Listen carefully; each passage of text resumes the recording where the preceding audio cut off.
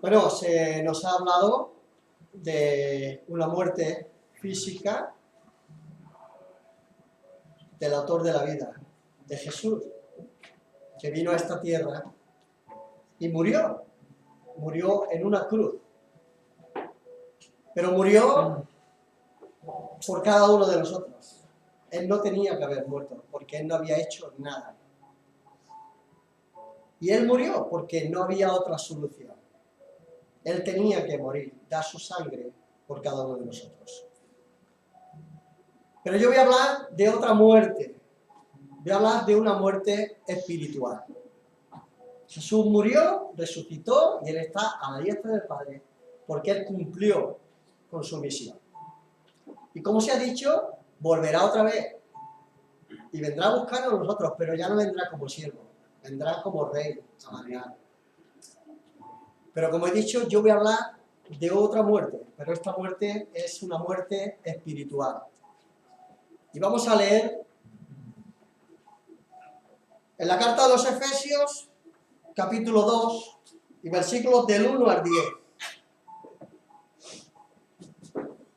Dice el apóstol San Pablo: y él, Jesús, os dio vida a vosotros cuando estabais muertos en vuestros delitos y pecados, en los cuales anduvisteis en otro tiempo, siguiendo la corriente de este mundo, conforme al príncipe de la potestad del aire, el espíritu que ahora opera en los hijos de desobediencia, entre los cuales también todos nosotros vivimos en otro tiempo, en los deseos de nuestra carne, haciendo la voluntad de la carne y de los pensamientos. Y éramos por naturaleza hijos de ira, lo mismo que los demás. Pero Dios, que es rico en misericordia, por su gran amor con que nos amó, aun estando nosotros muertos en pecado, nos dio vida juntamente con Cristo. Por gracia sois salvos. Y juntamente con él nos resucitó, y asimismo nos hizo sentar en los lugares celestiales con Cristo Jesús, para mostrar en los siglos venideros las abundantes riquezas de su gracia en su bondad para con nosotros en Cristo Jesús. Porque por gracia sois salvos por medio de la fe, y esto no de vosotros, pues es un don de Dios, no por obras para que nadie se gloríe. Porque somos hechuras suyas, creados en Cristo Jesús para buenas obras, las cuales Dios preparó de antemano para que anduviésemos en ellas. Lo primero que notamos, lo primero que vemos, que dice que el Señor Jesús nos dio vida a nosotros cuando estábamos muertos en nuestros delitos y en nuestros pecados. Es algo que dices, ¿cómo puedo estar muerto? Yo no estoy muerto, yo soy una persona viva. Claro que estamos vivos materialmente, pero estamos espiritualmente, están muertos. Y lo primero que notamos es que a los ojos de Dios todo el ser humano está muerto espiritualmente. O sea, el hombre interior no tiene vida para las cosas espirituales. Y puesto que está muerto, no puede responder a ellas. Sean religiosos o sean lo que sea, todos están de la misma manera. Esto nos tiene que enseñar que el hombre, por mucho que se esfuerce o se empeñe, no puede hacer nada para ganarse la salvación. Por eso cuando hablamos a las personas, le estamos hablando de Jesús, de que Jesús les ama, que Jesús ha muerto por ellos. Las personas no pueden entendernos. Por mucho que nos empeñemos,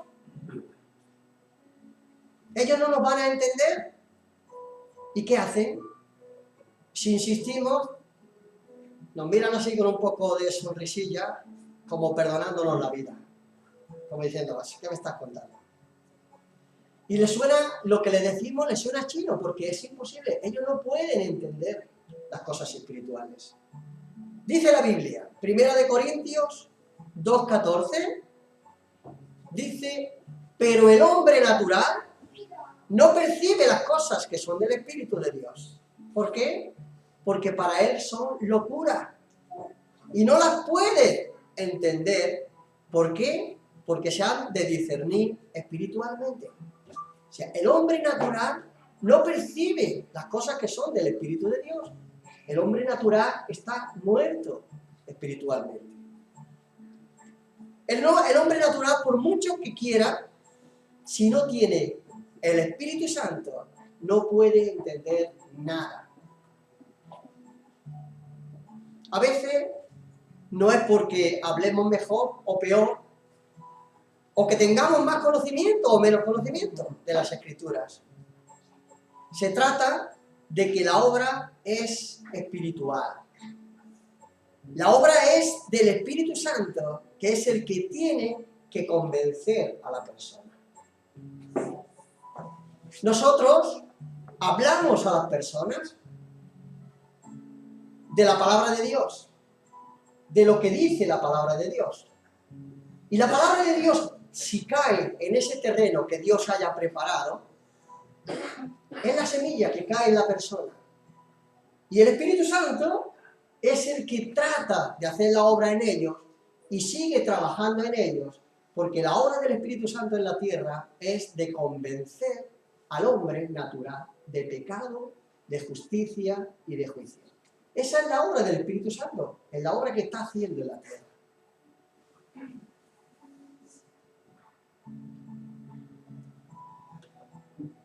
Por cuanto son pecadores, ellos no entienden y no creen en el Señor Jesucristo. Entonces el Espíritu Santo le está diciendo, tú eres pecador.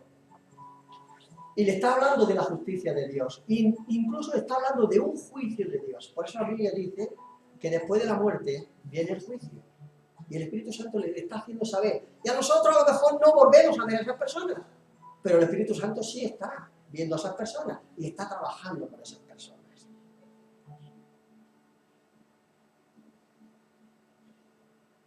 Dice la Biblia que todo pecador está muerto, tenga la edad que tenga.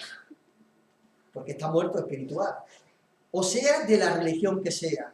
Y no solo está muerto, sino que son esclavos de su mundo y de su vana manera de vivir, sus malas costumbres, adquiridas por su propio pecado.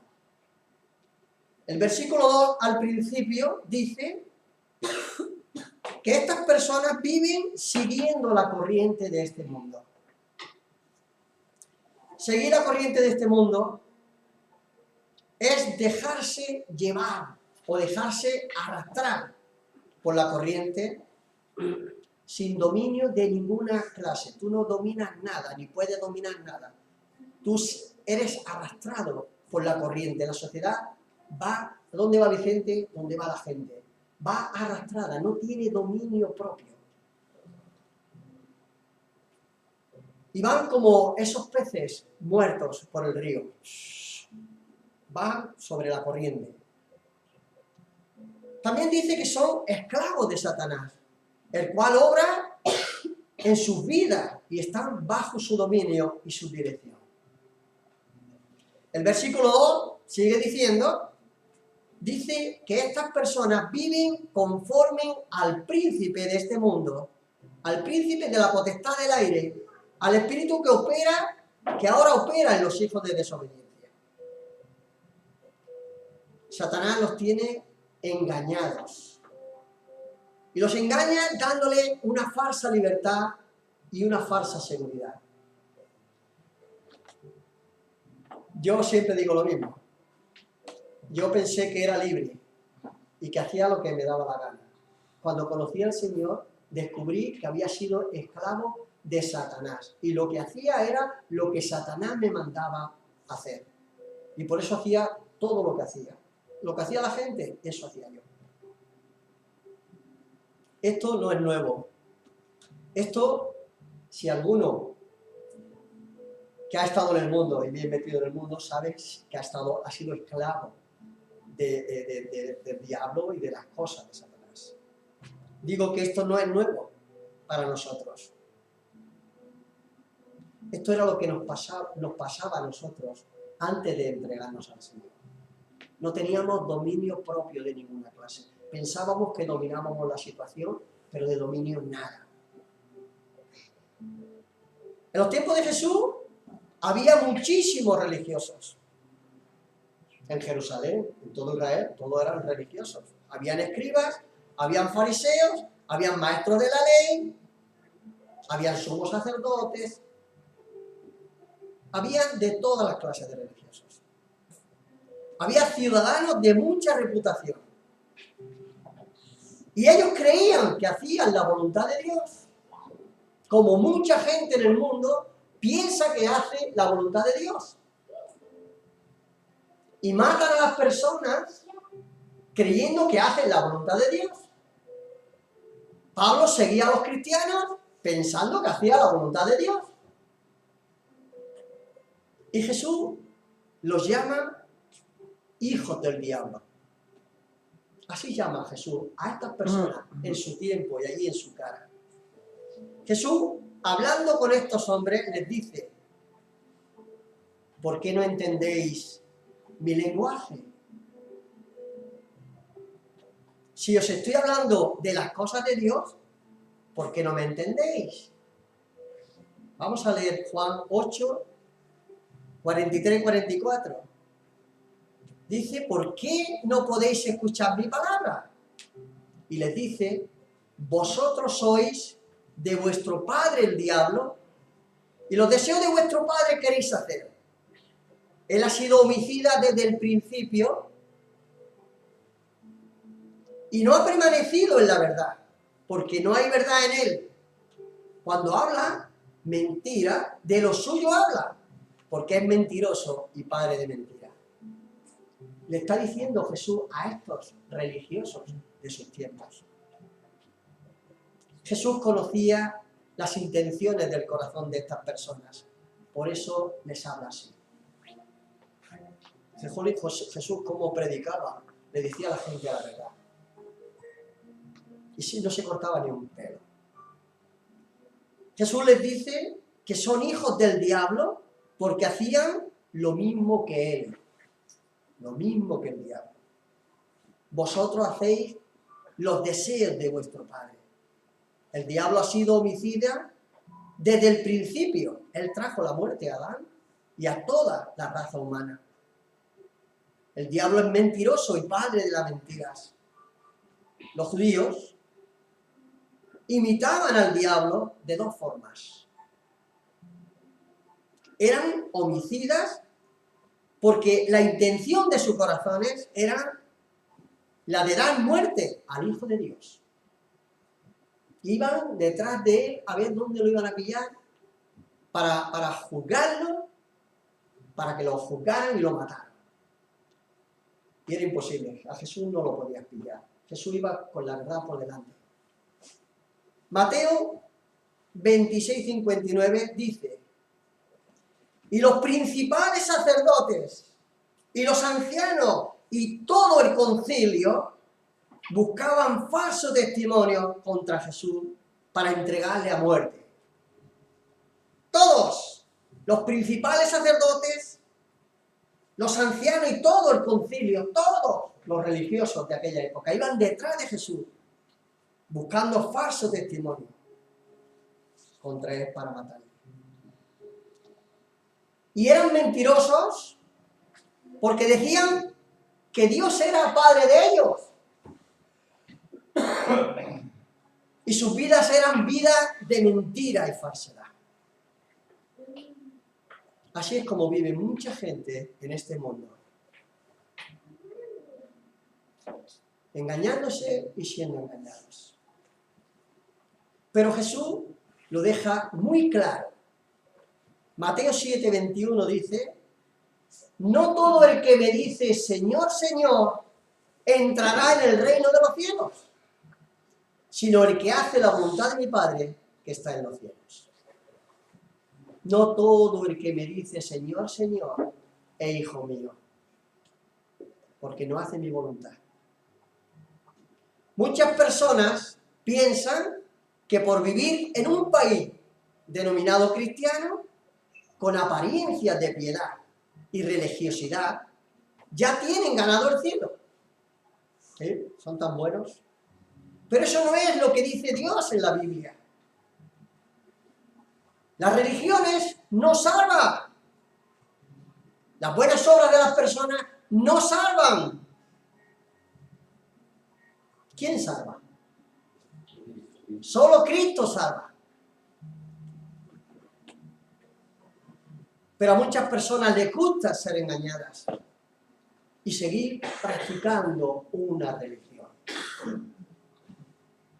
Dice el apóstol Pablo, versículo 3 de este capítulo 2 que estamos meditando, de Efesios, que entre los cuales también todos nosotros vivimos en otro tiempo en los deseos de nuestra carne, haciendo la voluntad de la carne y de los pensamientos. Y éramos por naturaleza hijos de ira, lo mismo de los demás. Aquí Pablo, el apóstol Pablo, se mienta a él mismo, él también se mete. Cuando nacemos, ya nacemos con el virus del pecado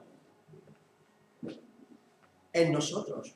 Y por eso pecamos, porque somos pecadores por naturaleza. Y somos hijos de ira como los demás.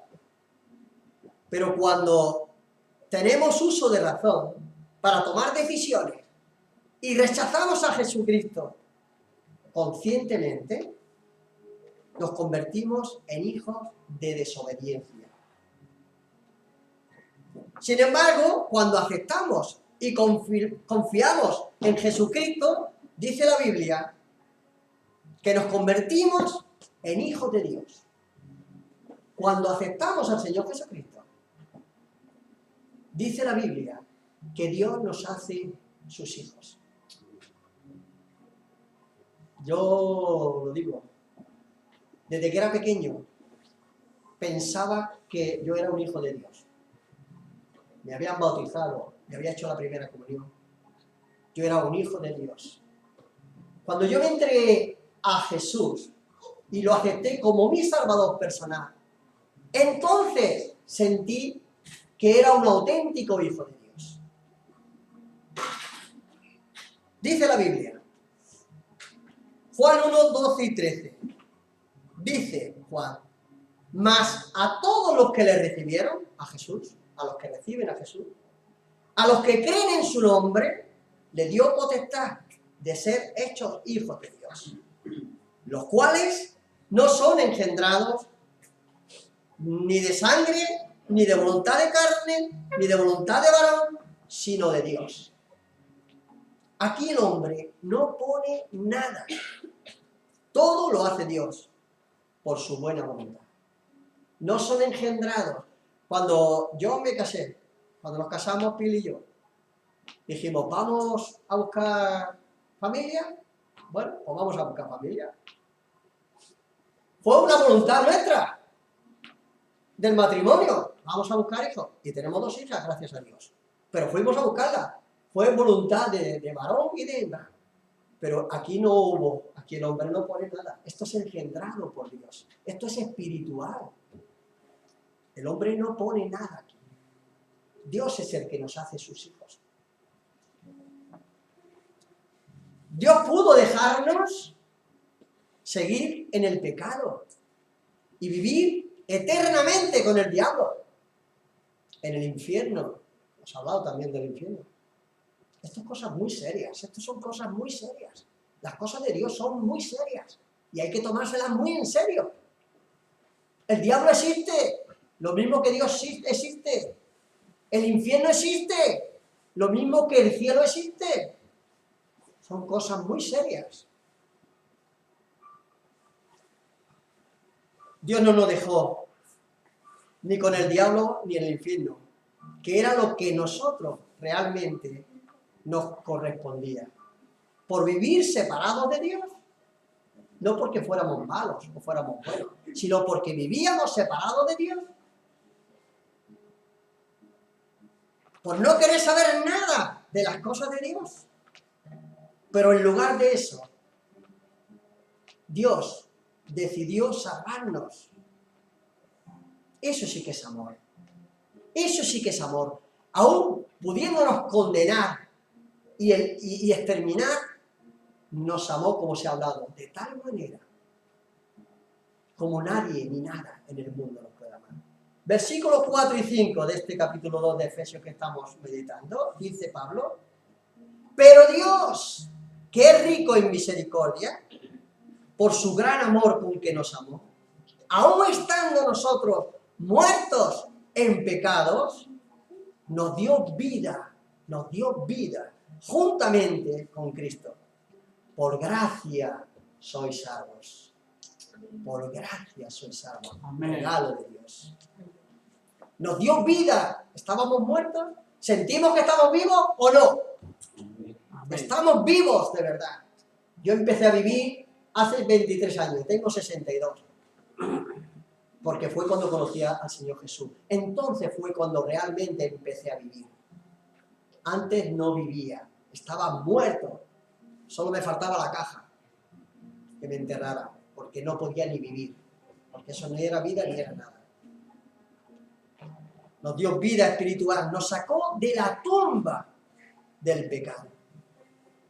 Nos hizo miembros de Cristo. Somos el cuerpo del Señor Jesucristo.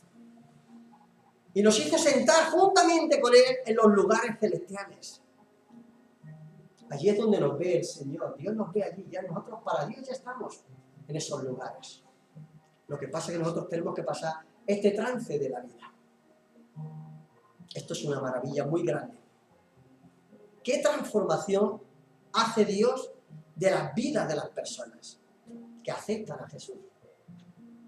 Versículo 6 dice: y juntamente con Él nos resucitó y asimismo nos hizo sentar en los lugares celestiales con Cristo Jesús. Lo que he dicho, para Dios ya estamos en su presencia. Solo Dios puede hacer esto con las personas. Y lo hace debido a que es rico en misericordia y grande en amor.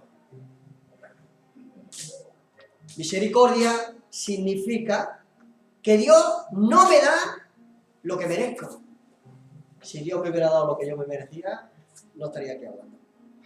Estaría más listo que listo ya. Pero Dios, la misericordia de Dios es tan grande que Él no nos paga conforme a nuestros delitos. El Salmo 103 que se habla tanto aquí. Versículo 10 dice: no ha hecho con nosotros conforme a nuestras iniquidades, ni nos ha pagado conforme a nuestros pecados. ¿Nos ama Dios o no nos ama Dios? Porque Dios es amor. Es que Dios es amor, el título de Dios. Dios es amor. Dios se ampara de nuestras miserias.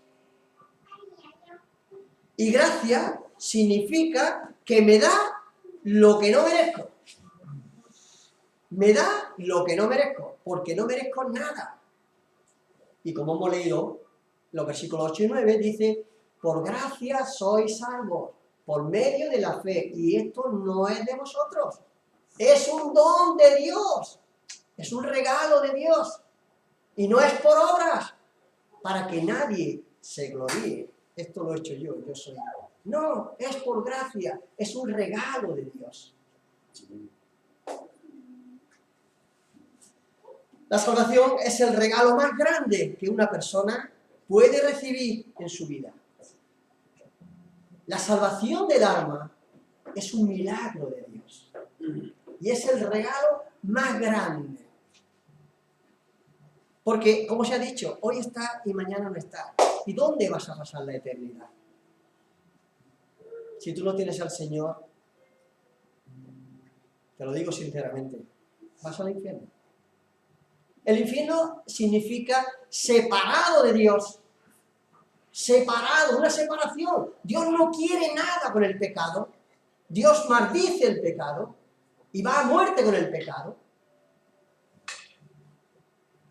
Y por eso es una separación. No puedes vivir eternamente con Dios. Tienes que estar separado de Dios.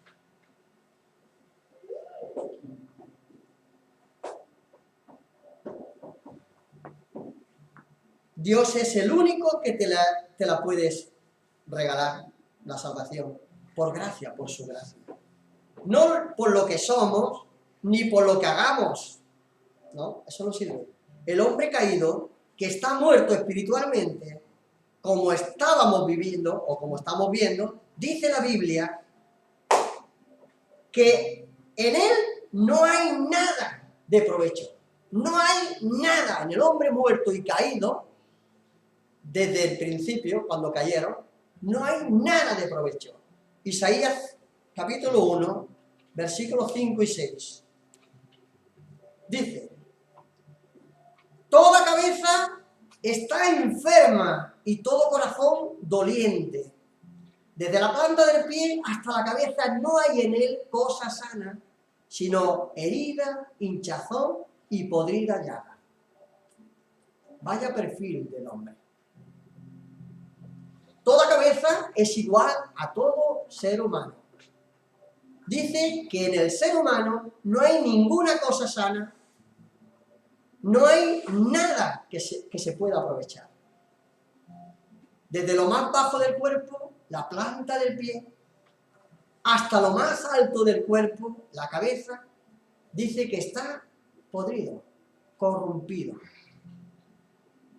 El efecto del pecado hace estas cosas. El pecado ha afectado a cada parte del cuerpo. El pecado es una enfermedad que va incorporada en el hombre. Al nacer ya la lleva. Y con el paso del tiempo, esa enfermedad se va desarrollando. Va en aumento. Porque no es lo mismo cuando tienes 1 año o 2 años, que puedes pecar eso, ni con 3, ni con 4, ni con 5. Pero cuando ya vas teniendo más edad, el pecado va en aumento y en aumento y en aumento. Y se va desarrollando y aumentando. Y el pecado te va matando. Y el problema es que no hay ninguna medicina natural ni química que pueda curarla. Y acaba pasándote factura. Cobrándote física y espiritualmente. Eso hace el pecado. O sea que no es una broma. No es un chiste. Romanos 6:23 dice que la paga del pecado es muerte, mas la dádiva, el regalo de Dios, es vida eterna en Cristo Jesús. La paga, hay que pagar. Es la muerte. Por eso Jesús pagó por nosotros. Por eso Jesús es nuestro representante. Si tú te acercas a Jesús y lo aceptas como tu Salvador, Él ya ha pagado por ti. El regalo de Dios es vida eterna, pero en Cristo Jesús, no en otra persona, ni en otro medio. Si tú rechazas el regalo de Dios, que es el único medio que Dios ha puesto para tu salvación, estás listo. Estás totalmente perdido. Te guste o no, porque no hay otra solución, ni otro medio. Hechos, capítulo 4 y el versículo 12, dice el apóstol, dice Lucas. Y en ningún otro hay salvación, porque no hay otro nombre bajo el cielo dado a los hombres en que podamos ser salvos. No hay otro nombre, ni otra solución, solo la cruz. Como cantábamos un himno. La salvación pertenece a Jesucristo de principio a fin. Si aceptamos a Jesucristo, Dios cambia totalmente nuestra situación. De ser hijos de ira a ser hechura suya. Como dice el versículo 10 de este capítulo 2 de Efesios que estamos meditando. Dice, porque somos hechura suya, creados en Cristo Jesús para buenas obras, las cuales Dios preparó de antemano para que anduviésemos en ellas. Dice que ahora somos hechura suya, creados nuevamente, nuevas personas en Cristo Jesús. Somos una nueva creación. Los que hemos creído y hemos aceptado al Señor Jesucristo, somos una nueva creación. Dios nos ha hecho nuevas criaturas. Segunda de Corintios, capítulo 5 y versículo 17, dice Pablo, de modo Que si alguno está en Cristo, nueva criatura es. Las cosas viejas pasaron. Y aquí todas son hechas nuevas. ¿Te sientes una nueva criatura? Así es. Dios nos da una nueva oportunidad para empezar una nueva etapa. Por eso dije antes que hace 23 años empecé a vivir, porque empecé una nueva vida. Y tengo 62, voy ya para 63, ya me estoy haciendo mayor. En nuestra vida, como nuevas personas que somos, y en esta nueva etapa, lo que más tiene que destacar en nuestra vida es lo espiritual. En esta nueva vida, lo que más debe de destacar es lo espiritual, porque tenemos al Espíritu Santo con nosotros. Gálatas 5, versículo 16-17, dice Pablo: andar, vivir, caminar en el Espíritu y no satisfagáis los deseos de la carne, porque el deseo de la carne es contra el Espíritu y el del Espíritu es contra la carne, y estos se oponen entre sí para que no hagáis lo que quisierais. Hay una lucha espiritual dentro de nosotros, ¿o no la notamos? Cuando la carne tira para unas cosas, el Espíritu dice, ¿dónde vas? Es como si hubiese un semáforo. ¡Ching! ¿Dónde vas? Pues, marcha atrás. Hay una lucha. Porque el Espíritu quiere las cosas espirituales. Y la carne tira a las cosas de antes, las viejas. Y hemos de alimentar al Espíritu y hemos de andar en el Espíritu. Puesto que ahora pertenecemos a la familia de Dios, no podemos vivir como nos da la gana. No, hemos de comportarnos como hijos de Dios que somos. Si no, ¿de qué sirve el cambio que Dios ha hecho en nuestras vidas? El Señor diría, el Señor Jesús, por sus frutos los conoceréis, que son nuevas personas, son nuevas criaturas. Es que si la gente que nos conoce nos viese como nos veía en otro tiempo, diría, anda, que yo voy a ser cristiano. Para ser cristiano como tú, prefiero quedarme como estoy. Y es verdad, con toda la razón.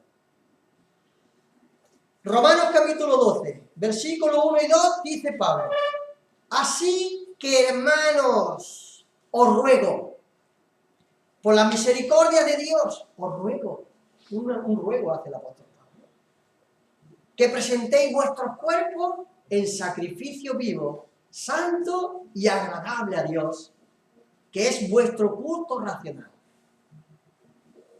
No os conforméis a este siglo, sino transformaos por medio de la renovación. Renovaos de vuestro entendimiento. Ya no tenemos que entender como antes, ahora somos sabios. El Señor nos hace sabios para saber vivir y saber lo que tenemos que hacer. Ya no podemos ser arrastrados por este mundo ni por la sociedad. Para que comprobéis cuál sea la buena voluntad de Dios, agradable y perfecta. Estamos llamados a agradar a nuestro Padre Dios. Somos cristianos, somos hijos de Dios. Tenemos que demostrar que realmente somos hijos de Dios. Dios, a través del Espíritu Santo que mora en nosotros, hace todas las cosas. Y todas las cosas nuevas. Por eso somos llamados a presentar nuestros cuerpos en sacrificio vivo, como personas vivas que somos. Esto forma parte de nuestro culto racional cada día. Se trata de no amoldarnos a los hábitos del mundo que nos rodea. Porque los hábitos es como una red. Al principio no pasa nada, y te mete y te va enganchando y te va enganchando y se te va pegando como una lapa. Y cuando te quieres dar cuenta, ya son costumbres que estás cogiendo, y malas costumbres. Por eso es bueno estar siempre alerta y renovar nuestra mente para no caer en lo que nos ofrece este mundo.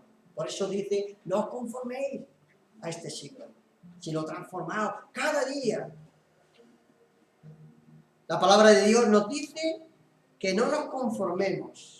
no nos conformemos, no pasa nada, no nos conformemos. Somos hijos de Dios y como hijos de Dios que somos, hemos de decir, aquí estoy yo, soy un hijo de Dios.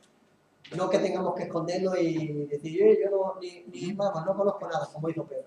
Pero nosotros, que no nos pase estas cosas. Hemos de transformarnos por medio de la renovación de nuestro entendimiento.